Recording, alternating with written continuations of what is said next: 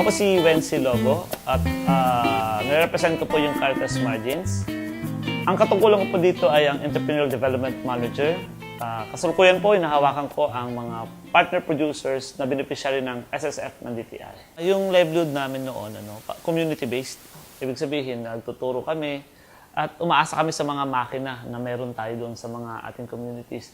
And nakita natin, mabagal ang produksyon. Kasi una, manual yung operations. Tapos kung meron man, iba-iba yung kanilang makina. So, iba-ibang machines producing different result and outputs. And after which, with the result, with the intervention of DTI, SSF, ang laki ng pagbabago. Kasi una, we have improved our quality. Our productivity increased more than 100%. And nagkaroon kami, become competitive in terms of price and quality and productivity. Malaki ang naitulong ng SSF kasi unang-una, yung aming sakop na binibigyan community at yung participation, ang maganda nito, it's not a one-way assistance na ang Caritas lang ang tumutulong papunta sa kanila. Sila naman, on the other hand, ang partnership na yun, sila naman yung nagsisigasig na makatulong rin. Kasi meron silang mga communities, meron silang neighbors na iniyayaya rin nilang mapaloob dun sa SSF, Shared Service Facility. Hindi lang dun sa hawak ng Caritas, kundi dun pa rin sa mga nasa neighbor na nandoon na hindi rin naman hawak ng Caritas, pero gustong magkaroon ng pagkakataon kagamit ng makina. There is a great, it rocketed to more than 100% after we have acquired itong machines na to. So, if we are having just 50,000, we got 100,000, parang gano'n. Or 500,000, it becomes 1 million. Ganun kalaki ang naging improvement. Kasi nga, yung productivity ang pinaka naging problema namin. So, yun ang naging result. Yung ating local governments and DTI, itong government line agencies, ang laki ng pinagbibigay na pag-asa sa ating mga mamamayan, lalo na sa mga maliliit. Yun nga nakita natin, yung kanilang naging role, lalong-lalo na sa mga maliliit at nagsisimula. Totoo, ito kami ang patunay na at ang aming mga sinisilbihan na effective and they are very supportive of the cause of the servicing the poor.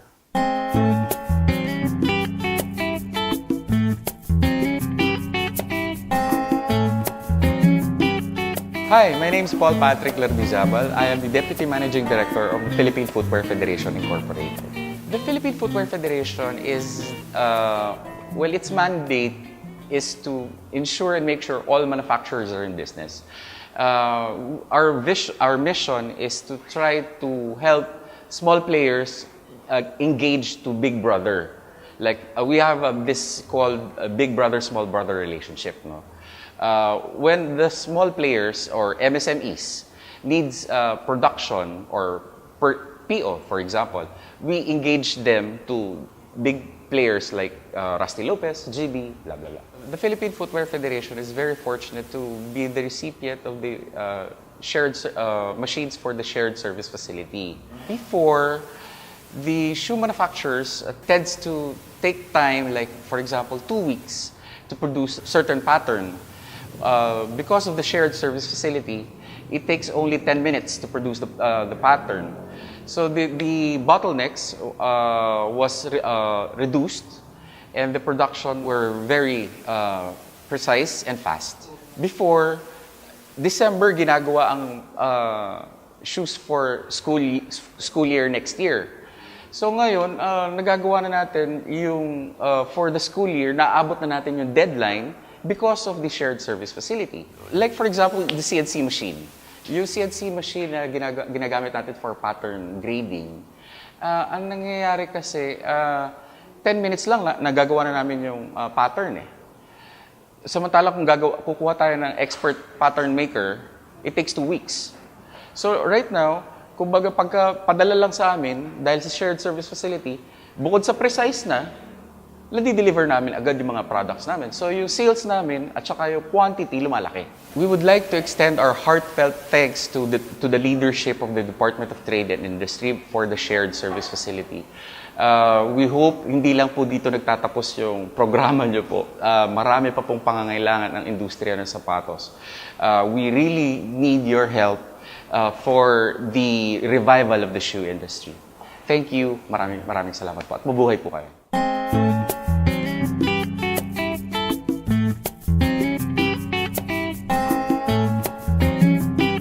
I am Lolita Duria, President, Philippine Chamber of Commerce and Industry, Parañaque City. Ang SSF, inintroduce sa amin ng DTI in 2014. Pero nagmaterialize siya lang noong 2015. Actually, June 2015. Ang chamber namin, ang voice of businessmen in Parañaque City. Marami kaming mga members na small, medium, large. Iba-iba ang kanilang categories, iba-iba ang membership fee. And then, dito sa City Hall, we have 100 pesos for every mayor's permit na binabayad yearly. Kaya meron kaming funding from the government, from LGU.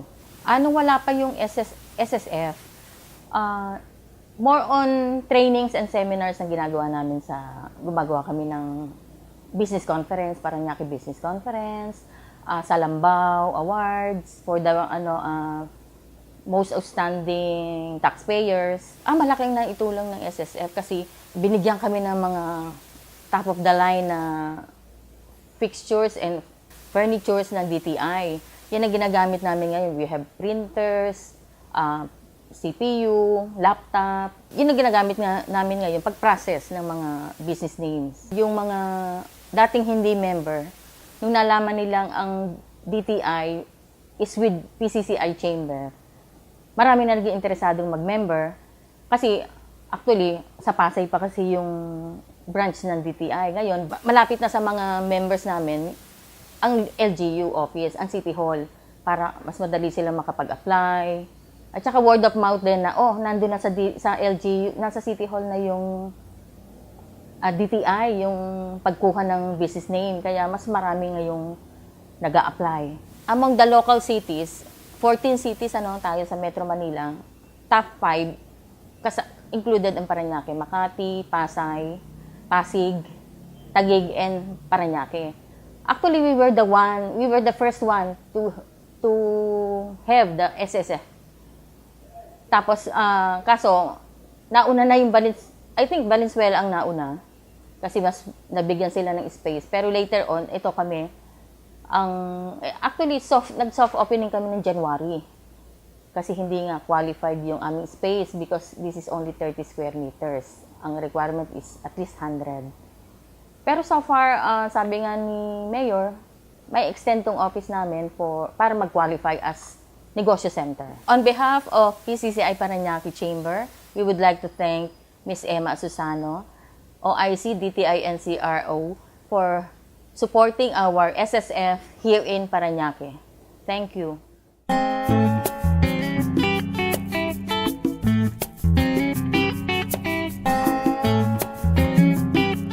Ako si Fortunato B. De La Peña Jr., Assistant Professor sa UP College of Fine Arts under the Department of Visual Communications Industrial Design Program.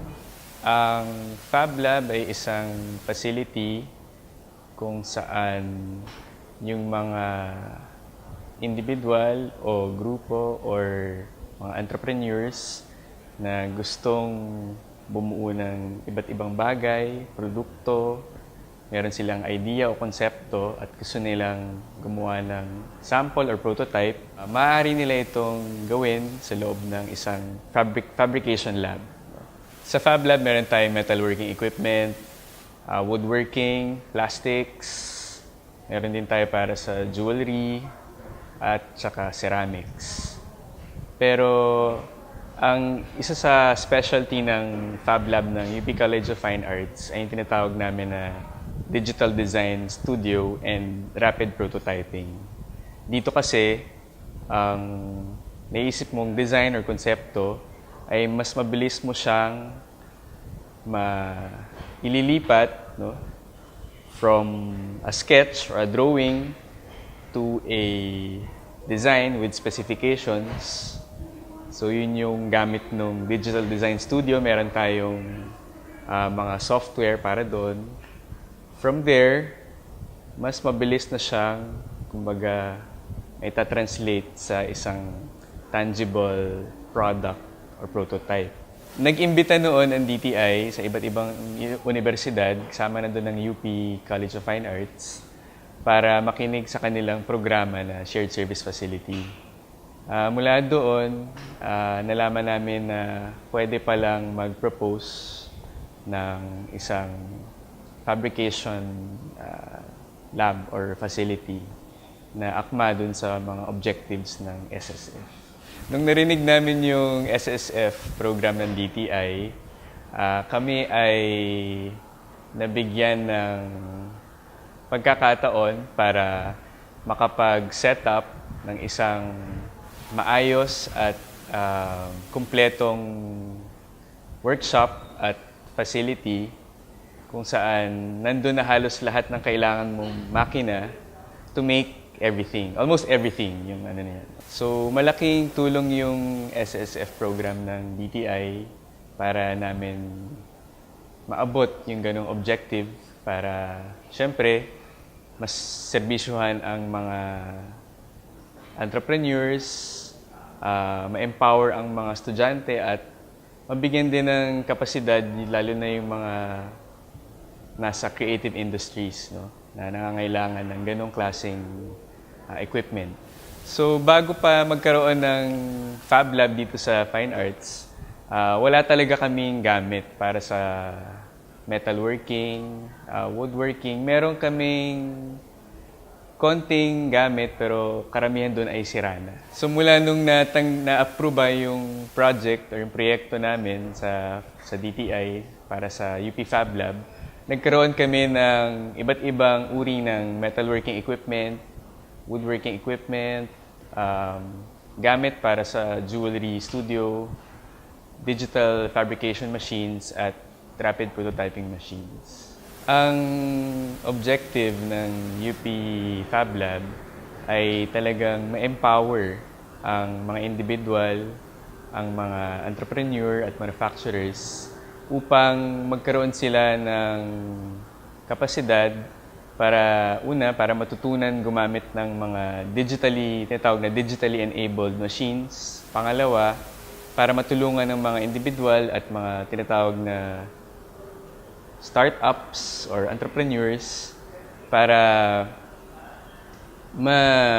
magawa nila or ma-prototype nila yung mga ideas nila. No? So yung designs to prototypes, yung gano'n ng modelo na ating susundan. Napakalaking tulong ng Fab Lab sa mga estudyante, lalo na sa kaso ng Fine Arts, no? Mga creative, nasa creative sector tayo, mga estudyante, kung saan karaniwan na ang art production or ang pag-prototype ng designs or ideas. No? Kasi noon, dahil kulang ang aming kagamitan, no? Napaka-limitado or nagiging magastos para sa estudyante na magawa ito. Ngunit ngayon, posible na ma-execute nila na maaaring mas mabilis or noon may mga imposibleng works na hindi nila magawa noon, pero ngayon ay posible na. No? Parte na rin dito yung sinasabi kong continuing education, no? Kung saan habang estudyante pa sila, natutunan nilang mag-produce or gumawa ng ideas and prototypes para kapag sila ay graduate na, ito ay makakatulong sa kanila para maging entrepreneurs. Kami ay nagpapasalamat sa Department of Trade and Industry para sa oportunidad na ito na naigawad sa amin.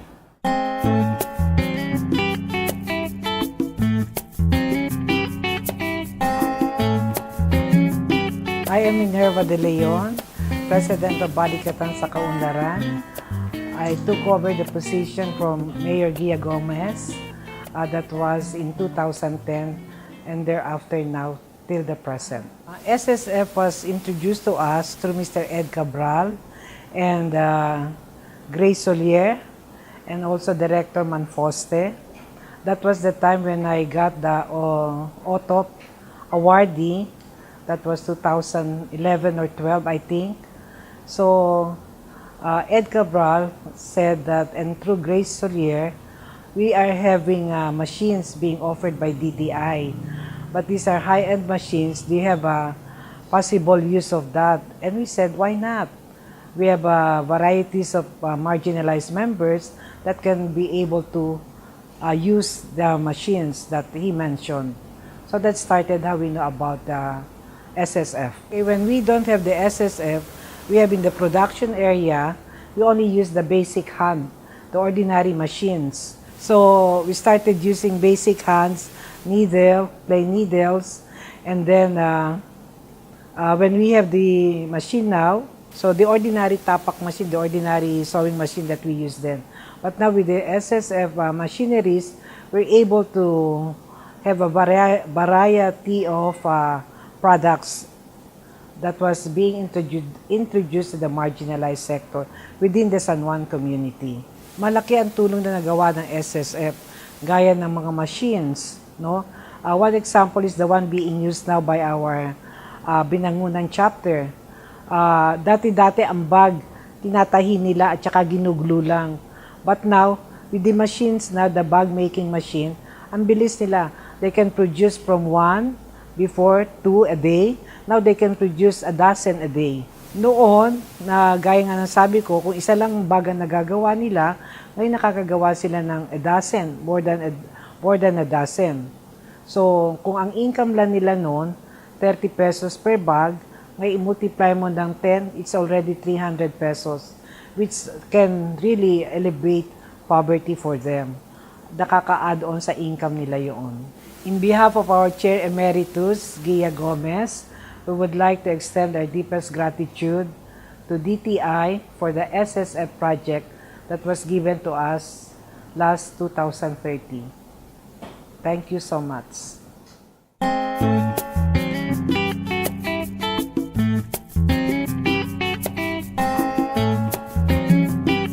Ako po si Elina Flores Lizardo, kasalukuyang chairman ng aming kooperatiba, Triumph Employees Multipurpose Cooperative. Kami po ay gumagawa ng mga bags, basahan, mayroon din kaming panty na lang kasi nung napintasan kami doon sa bra. At saka hindi na pwede yung aming mga makina kasi luma na.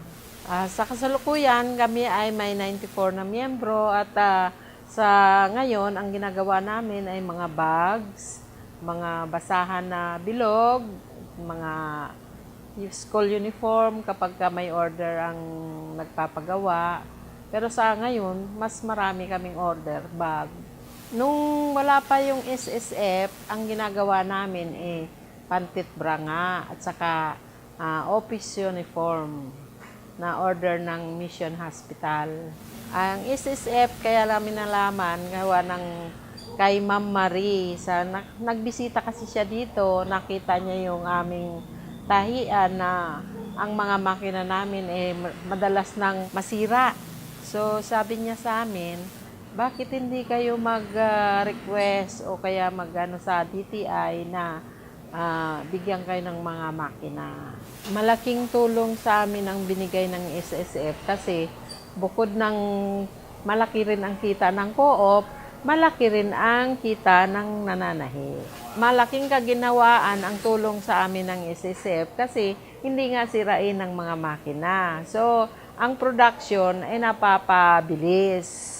At siyempre, alam mo natin, yung lumang makina namin, talagang kailangan na ng i-maintain ng mga mekaniko. Pagdating sa sales, malaking tulong ang nagagawa ng SSF sa amin. Kasi kagaya ng mga order sa amin na on time namin nagagawa.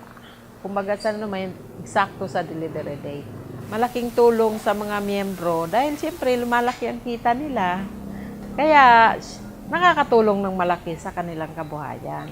Kaya mga may livelihood dyan, patuloy po nating suportahan ang SSF na binibigay ng ating DTI para malaking bagay ang mayroon ganito kasi malaking tulong sa pangkabuhayan natin. Para naman po sa DTI, maraming salamat po sa binigay niyong tulong sa amin at ito ay tatanawin naming utang na loob at hindi namin kayong makakalimutan. Maraming salamat po.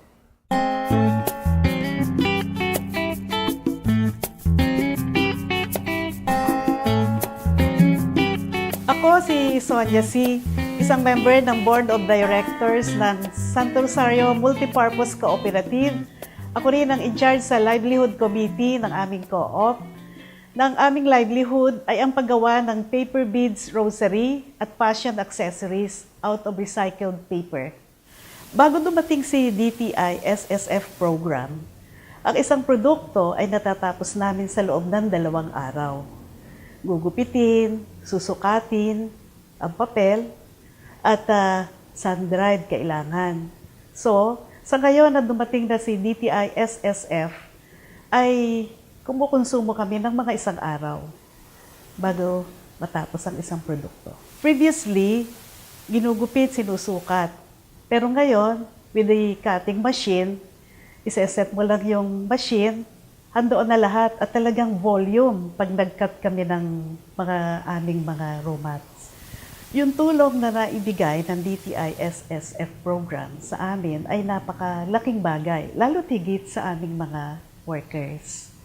Kasi unang-una ay tumaas ang tinatanggap nilang o kinikita nila ng 100%. At ganun din yung aming sale. Sa loob ng ilang buwan, na-meet na namin for the first 3 quarter ng 2016 yung sale namin last year. So we have the last quarter of 2016 para madagdagan pa yung sale. Bukod sa napadali ang aming trabaho, hindi ka na magkakat, magsusukat ng papel. Sa ngayon ay talagang madali at ang pinakamahalaga, nag-increase ang sale. At isa pa ay nag-arrive kami sa desisyon na magbenta na rin sa ibang kooperatiba ng aming mga raw mat na paper beads. Salamat po sa DTI Shared Service Facility Program na kung saan ay naging malaking tulong sa aming kooperative. At ito ay patuloy na umaabot sa sektor ng kooperatiba sa pamamagitan ng patuloy na pagbibigay ng pag-aaral, assistance, seminar, at talagang tunay naging katulong namin sa advokasya namin sa pag-preserve at pagtulong sa inang kalikasan.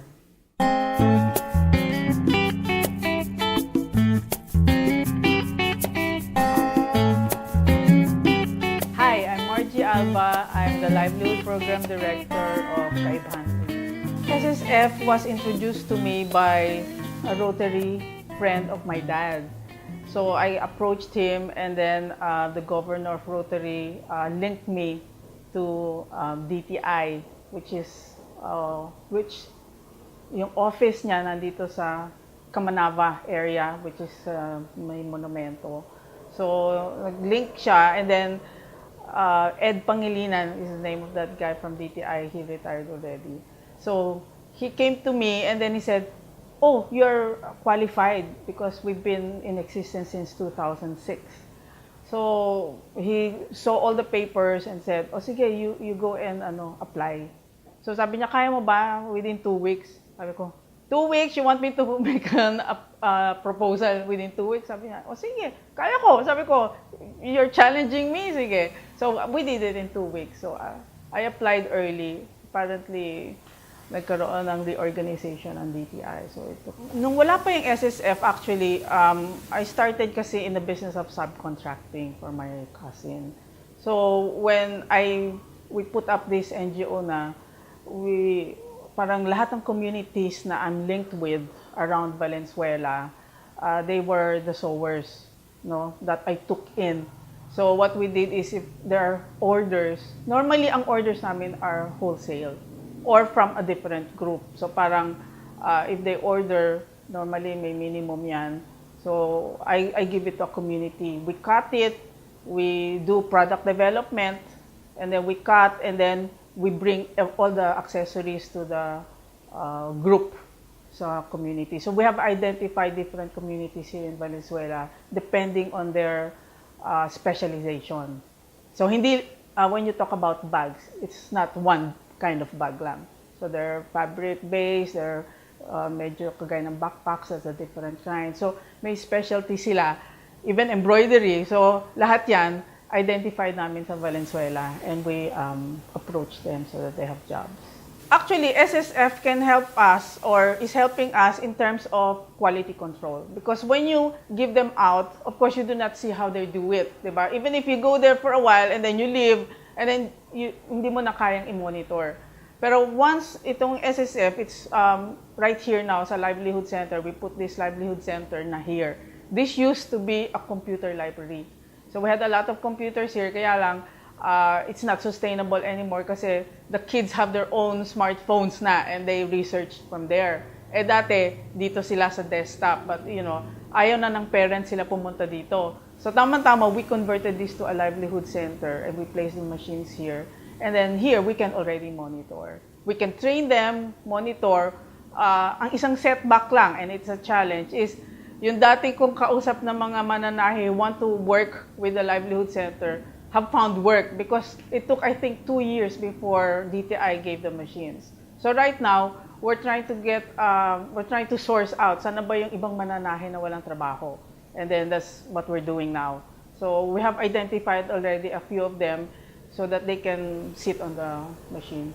Okay, we haven't really rolled already so for the year kasi yun na nga yung naging challenge sa mananahe. Pero right now, we've started training and they're so interested kasi they've not been doing this leather or faux leather. It's not real leather kasi medyo I'm thinking twice about doing real leather and faux leather.